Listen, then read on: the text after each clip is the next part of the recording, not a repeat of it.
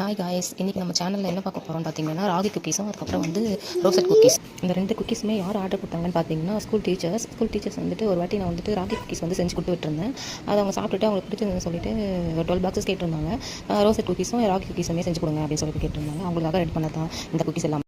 இப்போ ஃபஸ்ட்டு நான் ராகி குக்கீஸ் தான் செய்ய போகிறேன். அதுக்காக வந்துட்டு முதல்ல பட்டரும் ப்ரௌன் சுகர், அவங்க வந்துட்டு ஒயிட் சுகரை யூஸ் பண்ணி ப்ரௌன் சுகர் யூஸ் பண்ணி தான் இந்த குக்கீஸ் செஞ்சேன். இப்போ ராகி ஃப்ளார், வீட் ஃப்ளார், அதுக்கப்புறம் வந்துட்டு வெனிலா எசன்ஸ், கொஞ்சம் சால்ட் எல்லாமே சேர்த்து ஒரு டோவாக மிக்ஸ் பண்ணி வச்சுட்டு ரெடி பண்ணி வச்சுட்டு நம்ம பிடிச்ச ஷேப்பில் நம்ம அப்படி செஞ்சு அவனில் வைக்க வேண்டியது தான். இப்போ வந்து நான் இப்போ தான் வந்து புதுசாக அந்த சேனல் ஸ்டார்ட் பண்ணியிருக்கேன்.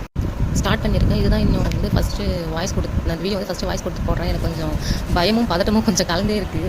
ஸோ இப்போ நான் எனக்கு பிடிச்ச ஷேப்பில் வந்துட்டு நான் செஞ்சுட்டு மேலே டெக்கரேஷனுக்காக பாதாம் வந்து சாப் பண்ணிவிட்டு அப்படியே மேலே கொஞ்சம் அப்படியே வச்சுக்கிறேன்.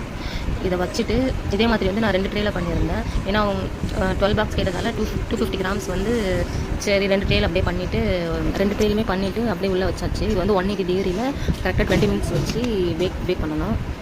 அதே மாதிரி ராகி குக்கீஸ் வந்து ஒரு 3 டைம்ஸ் தான் நான் பேக் பண்ணி எடுத்துக்கிட்டேன். இப்போ அடுத்து வந்து நான் செய்கிறது வந்து ரோசட் குக்கீஸ். இந்த ரோசட் குக்கீஸும் அதே மாதிரி தான் ஒரு 7 பாக்ஸஸ் அதில் செய்ய வேண்டியது இருந்தது.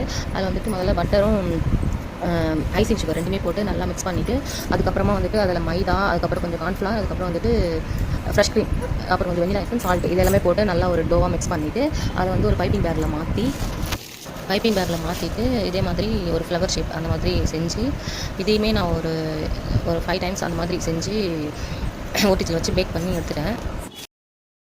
இந்த மாதிரி ஒரு நாசில் வச்சு ஒரு போட்டு மாதிரி செஞ்சு இதையுமே நான் வந்துட்டு பேக் பண்ண அவனில் வச்சுட்டேன்.